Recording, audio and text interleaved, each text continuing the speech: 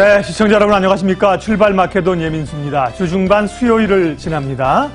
미중 간의 무역전쟁에 대한 우려가 좀 잦아들면서 주식시장 분위기가 조금 좋아지는 듯 한데요. 어제 우리 시장도 올랐죠. 그런데 바람잘 날 없습니다. 간밤에 또 뉴욕 증시가 막판에 밀려났는데요. 기술주들이 급락하면서 전반적인 시장 분위기를 좀 가라앉혔습니다. 최근에 보면 자율주행 주행차 관련해서 미국에서 보행자를 치는 사고가 있었고, 또 테슬라의 차량이 폭발하는 사건이 있었고, 이런 것들이 또 페이스북 사건도 있고요. 이런 것들이 좀 맞물려서 기술주의 부담감들을 주고 고점 논란까지 가져오게 되면서 역시나 변동성이 큰 시장이 이어지고 있습니다. 우리 야간 선물도 1.56%가 밀려났고요. 미증시 다우가 1.4%, 나스닥이 거의 3% 가까이 밀렸습니다. 말씀드린 기술주 우려들이 있었습니다. 우리도 어제 증시 상승하는 가운데 이제 중국에서 반도체 수입 미국 쪽을 해주면 국내 반도체 업체들 우려되는 것 아니냐, 이런 쪽으로 삼성전자, 하이닉스가 약세를 보였는데요. 예, 오늘 시장 흐름들 IT주 흐름은 어떨지 점검해야겠습니다. 출발 마케돈 1부 시작하겠습니다.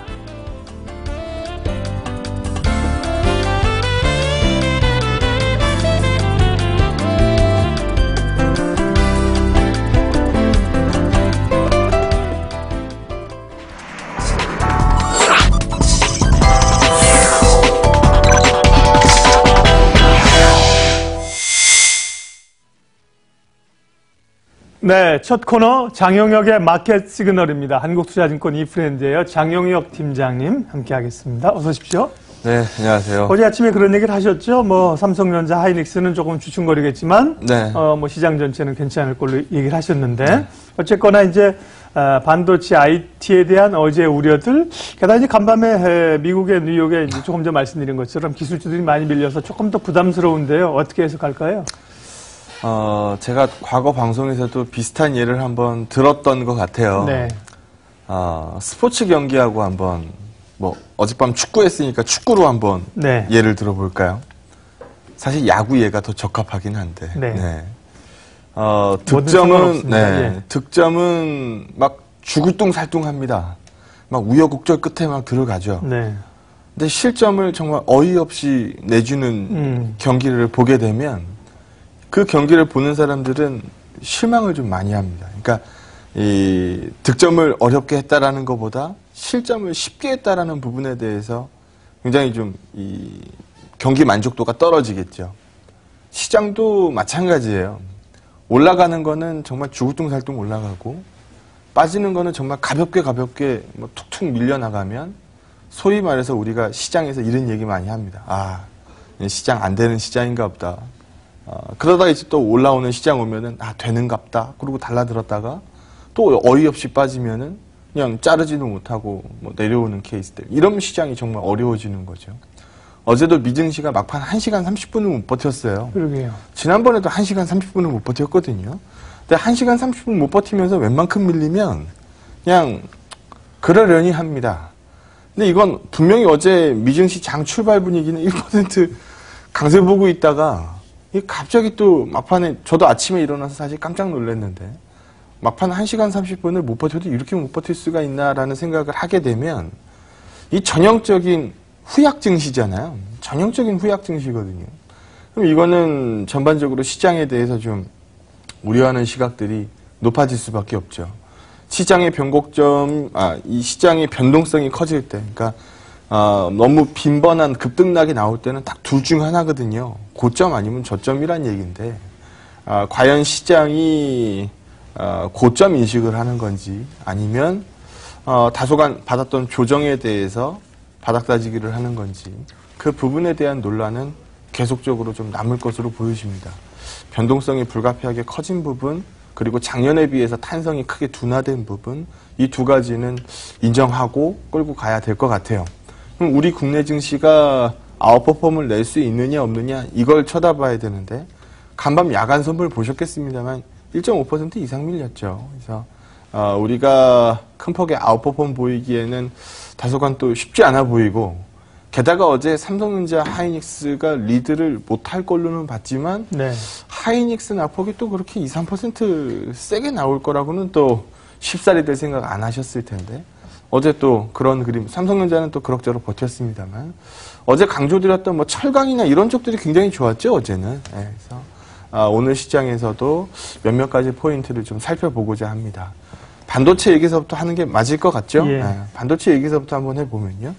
이 그림 하나 보시면, 뭐 이 위에 글씨 들어가 있는 거는 월스트리트 저널하고 파이낸셜 타임즈 이 보도 내용이고, 어제 우리가 이미 아침 방송에서 언급드렸던 부분이기 때문에 이번에 미중 무역 분쟁 해소 옵션 중에 하나로 뭐 반도체가 들어가 있어요. 그러면 D램 시장에서 우리가 70% 이상의 점유율을 갖고 있고, 낸드에서 50% 점유율을 갖고 있는데, 이쪽에서 그러면은 우리 포션 빠질까봐 다소금 뭐 겁낼 수 있어요. 뭐 그러니까 어제 이미 말씀을 드렸죠. 이쪽에서 리드가 나오기는 좀 어려워 보입니다. 분명히 뭐 호재 아닌 건 확실하니까요. 근데 우리가 이 밑에 그림이랑 오늘은 좀 섞어서 보려고 합니다. 빨간색 선은 말 그대로 스팟 프라이스예요. 쉽게 말씀드리면 내가 노트북 갖고 놀다가 노트북 속도가 버벅거려서 용산 전자랜드 가서 메모리 하나 사오는 거죠. 그러면 거기 가가지고 사장님한테 물어보잖아요. 얼마예요? 네. 이렇게 물어보는 네. 거. 이게 스팟 가격입니다. 그러니까 손쉽게 예를 들어드린 거죠. 근데 밑에 있는 까만색 선은 고정거래가예요.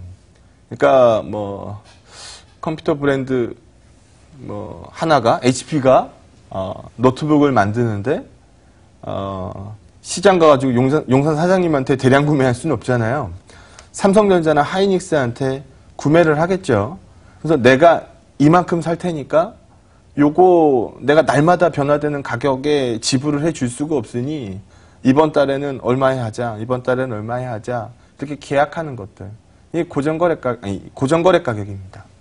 그러면 이 둘 선의 기울기를 같이 보게 될 텐데, 일단 스팟가가 막 올라가고 있는 구간에서는 뒤늦게 따라가겠죠, 고정거래가가. 왜냐하면 올라간 스팟가를 이 고정거래가가 뒤따라서 반영을 하게 되니까요. 이런 그림이 나옵니다. 스팟이 멈추면 여기도 보는 것처럼 고정거래가도 좀 옆으로 좀 기죠. 그리고 또 다시 올라가니까 또 따라갔어야 되는 타이밍인데 세게 못 따라가더라고요.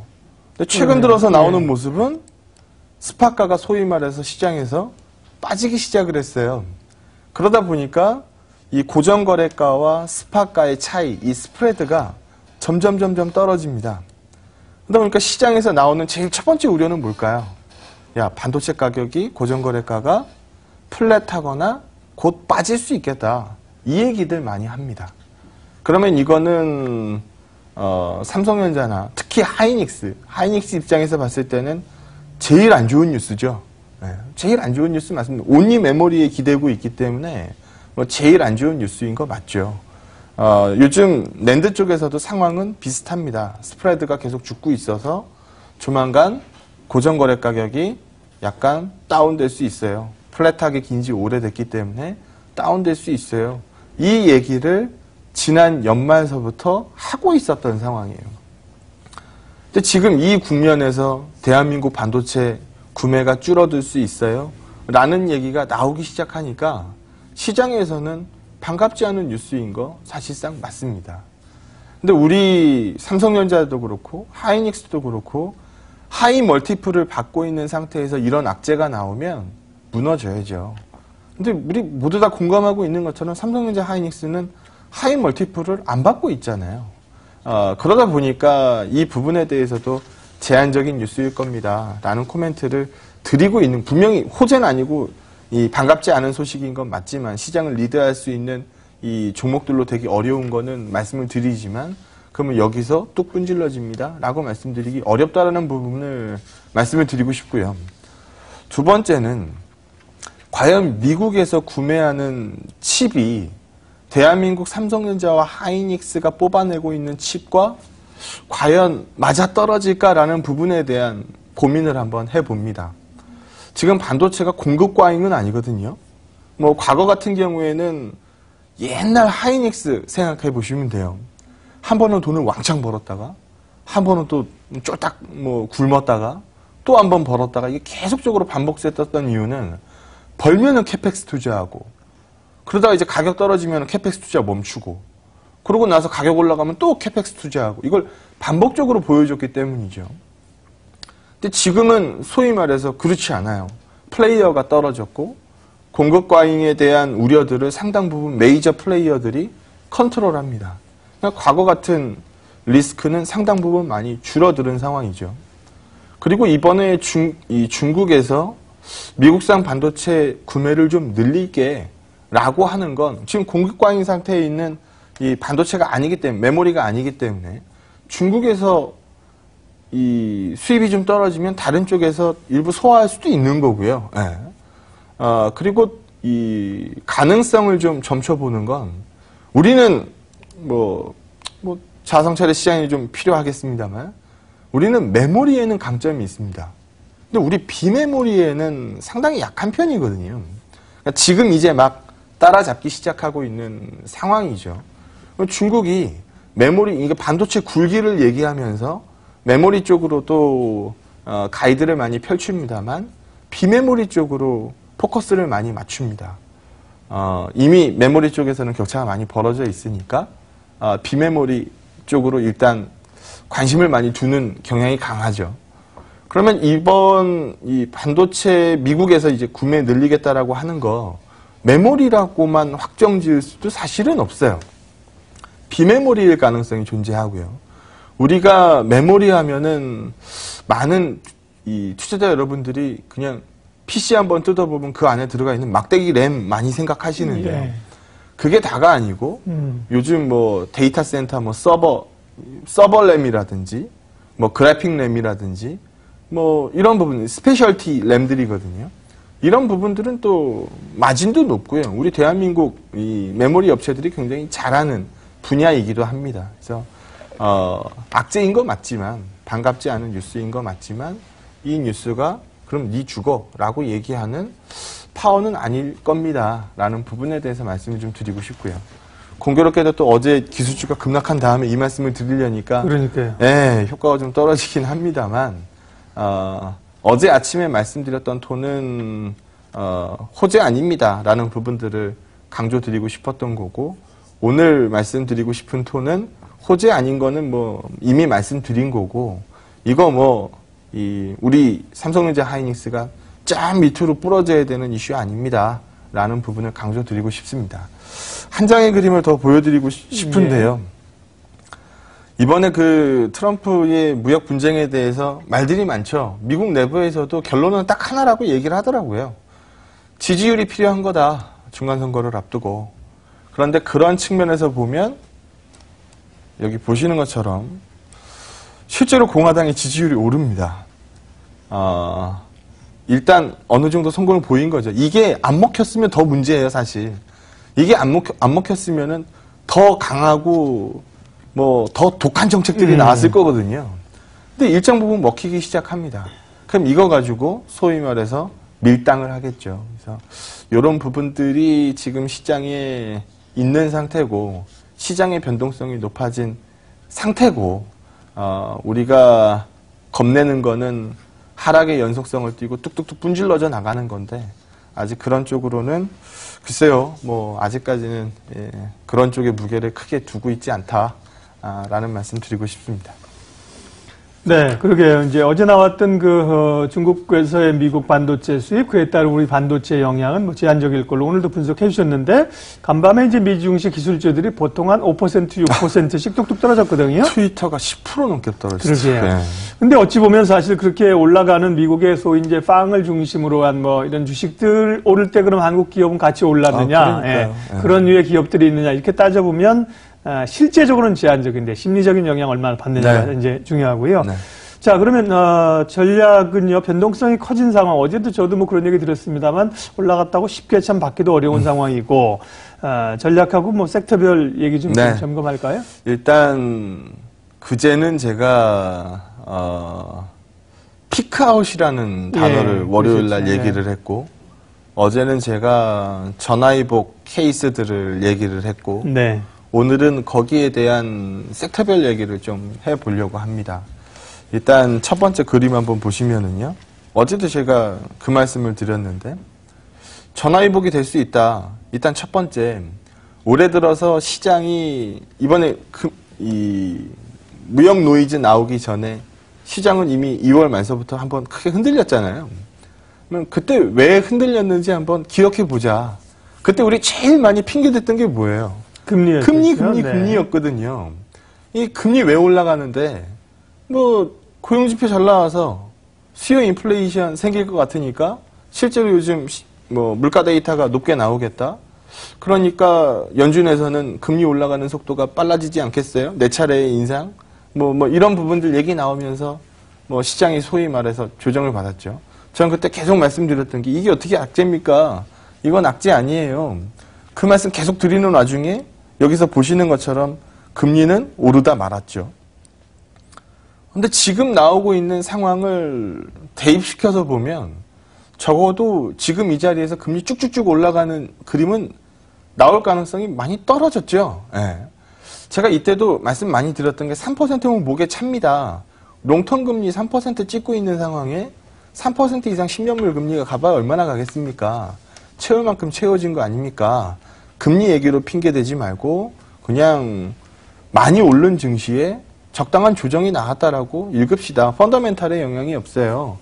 펀더멘탈에 영향을 줄 수 있는 요인은 미국과 중국의 무역 정명 충돌입니다. 그 얘기를 계속 하고 있었거든요. 근데 지금 일정 부분 현실화가 되는 듯 했다가 서로 지금 내고를 치고 있죠. 우위를 점하기 위해서. 일단 미국이 좀 우위를 점하는 분위기인 거는 맞고요. 그래서 지금 이 상황으로 놓고 보면 금리가 또 가열차게 자극받을 가능성은 상당 부분 많이 떨어졌어요. 그걸 또 단면적으로 보여주는 건 달러가죠. 달러가 계속 약합니다. 그러니까 금리가 세게 튀기 어렵다라는 거를 이미 시장에서 알고 있다가 그 가능성이 더 떨어지다 보니까 달러는 떨어지겠죠. 그럼 제가 과거 방송에서도 달러가 가열차게 튀면 저는 시장에 대한 의견을 좀 내릴 겁니다. 라는 말씀을 계속 드려왔는데 지금 여기서 보는 것처럼 달러는 아직 방향을 안정적으로 끌고 있습니다. 그러면 적어도 실제로 금리 때문에 올 초 증시가 빠졌다라고 한다면 지금은 그 가능성은 많이 떨어진 그렇죠. 거죠. 그 부분은 많이 희석됐죠. 예. 그러면 이것도 전화위복의 출발점, 시발점이 될 수 있다라고 보는 거고요. 그렇다고 물가가 어디 가냐? 물가 어디 안 간다. 어제도 제가 철강 데이터 계속 보여드리는 이유가 어제 철강주들이 굉장히 좋았죠. 뭐 포스코도 그랬고 현대제철도 그랬고 뭐 나쁘지 않았습니다. 뭐 풍산도 충분히 빠져 있다라는 코멘트 최근 많이 말씀드리고 있고요. 그래서 인플레이션 시대에 이 소위 이 시클리컬 사는 거는 맞는 접근인데 최근 안 먹혔던 이유는 트럼프의 입 때문이었거든요. 근데 소위 말해서 이 트럼프의 입도 계속 떠들면 입 아플 수 있으니까 자기가 원하는 바를 얻고 나면 상당 부분 또 내고 쪽으로 흘러갈 거고 뭐 봉합 쪽으로 흘러가지 않겠느냐. 그러면 또 이쪽도 힘을 차리지 않겠습니까? 라는 부분 말씀드리고 어제는 철강 얘기를 했으니까 오늘은 뭐 비철 얘기 포함해서 그냥 큰 그림에서 시클리컬 그림을 하나 더 보여드리면 앞에 거는 위안화입니다. 위안화. 네, 위안화 오랜만에 보네요. 네. 위안화 가격을 한번 보게 되면 예. 이게 이제 이거 빠지는데 왜 강세예요? 이렇게 보시는 분들이 간혹 계시더라고요. 그러니까 이게 어떤 의미냐면 달러당 몇 위안을 네. 주느냐로 보시면 됩니다. 달러가 기준이라 반대로 보면 되는 겁니다. 그러니까 달러당 몇 위안을 내느냐. 근데 네. 달러당 위안을 주는 게 이만큼 떨어져 있으니까 이만큼 덜 위안을 줘도 1달러를 준다는 얘기거든요. 위안화 강세. 네, 위안화가 강세로 갔어요. 라고 읽는 거예요. 근데 이거를 야 이렇게 떨어졌는데 왜 강세라 그러는지 난 도무지 모르겠다. 네, 우리 시청자분들은 그런 거 네, 뭐 당연히 그러시겠습니다만 뭐 잘못 읽으시면 안 되는 거고요. 위안화 계속 강세고요. 이건 말 그대로 달러의 레벨이에요. 달러 네. 인덱스니까 달러는 계속 약세로 움직인 부분이 눈에 보입니다. 그러면 달러 약세, 위안화 강세 그림이에요. 그러면 위안화 쪽에서 위안화가 약세로 자극받아서 돈 빠져나가는 우려하는 그런 국면도 아니고요. 뭐 과거 이런 국면 한번 기억나실 거예요. 그때 한번 비슷한 그림이 있었으니까. 뭐 이런 상황도 아니고요. 갑자기 달러가 비싸져가지고 뭐 이머징 쪽에서 돈이 막 빠져나가야 되는 그림도 아니고요. 이런 상황이면은 이 뭐 소위 커머디티 가격들, 중국은 상품에 대한 수요가 많으니까 뭐 이런 부분들의 투기적 수요가 떨어질 상황도 아니고, 왜냐하면 달러가 계속 약세를 찍고 있기 때문에 달러가로 표시되는 상품가들은 상대적으로 가격이 높게 형성되는 게 맞거든요. 그래서 이런 상품가의 레벨이 지켜지고 있는 구간에서는 사실 큰 우려를 주지 않는 게 일반적입니다. 그래서 시클리컬이 좀 탄성이 약해졌었던 거는 다른 여건들은 다 맞아 떨어져 있었는데 트럼프의 무역 정책 노이즈가 상당히 큰 역할을 했습니다라고 보시면 되고요. 장이 어려워지니까 대안들을 골라내야 되잖아요. 지금 제가 지난번에 이 주총을 앞두고 SKT 얘기를 한번 했었는데, 네.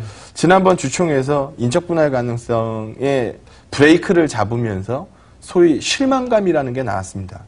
그 주총일 날 분할에 관련된 뭔가 뉴스가 나올 거라고 봤는데 안 나왔던 거죠. 그냥 지나갔죠. 네. 근데 대신 스물스물 올라오는 게 지금 물적 분할이에요.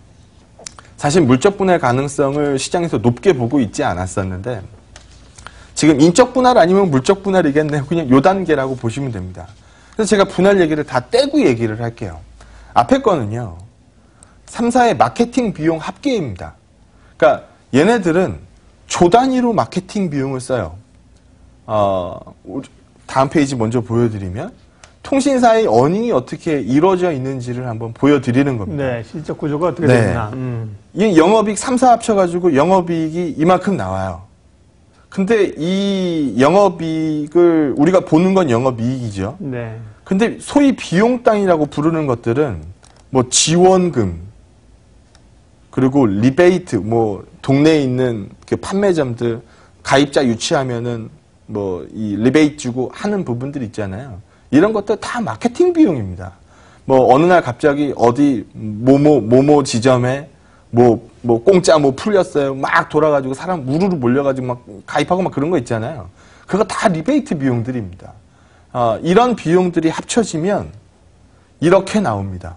근데 지금 뭐 약정 할인율 계속 높여주고 지금 가능성은 많이 떨어졌습니다만 보편적 요금제 얘기 뭐 나왔었고 뭐 그 상황이거든요. 그럼 과거처럼 마케팅 절대 못한다라는 거죠.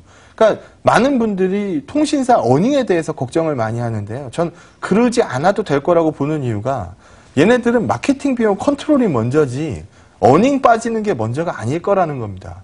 거기에 대한 중요한 증거 하나를 보여드리면 MMP라 그래서 우리가 이 한글로 풀어서 말씀드리면 번호 이동 건수입니다. 예. 그러니까 뭐 통신사 바꾸는 거. 옮겨 타는 거 네. 있잖아요. 예. 그게 많으면 많을수록 이렇게 많으면 많을수록 마케팅 비용, 그러니까 지원금 형식이 크기 때문에 네. 통신사 입장에서는 안 좋겠네요. 네, 많이 나가죠. 네. 지금 번호 이동 건수가요. 제가 알기로는 뭐 몇 년 만에 최저치? 예. 네. 지금 이 레벨에서도 보실 수 있는 것처럼 최저치로 떨어져 있거든요. 그래서 지금 단계에서는 통신사들이 소위 말해서 비용 컨트롤을 하기 시작했다.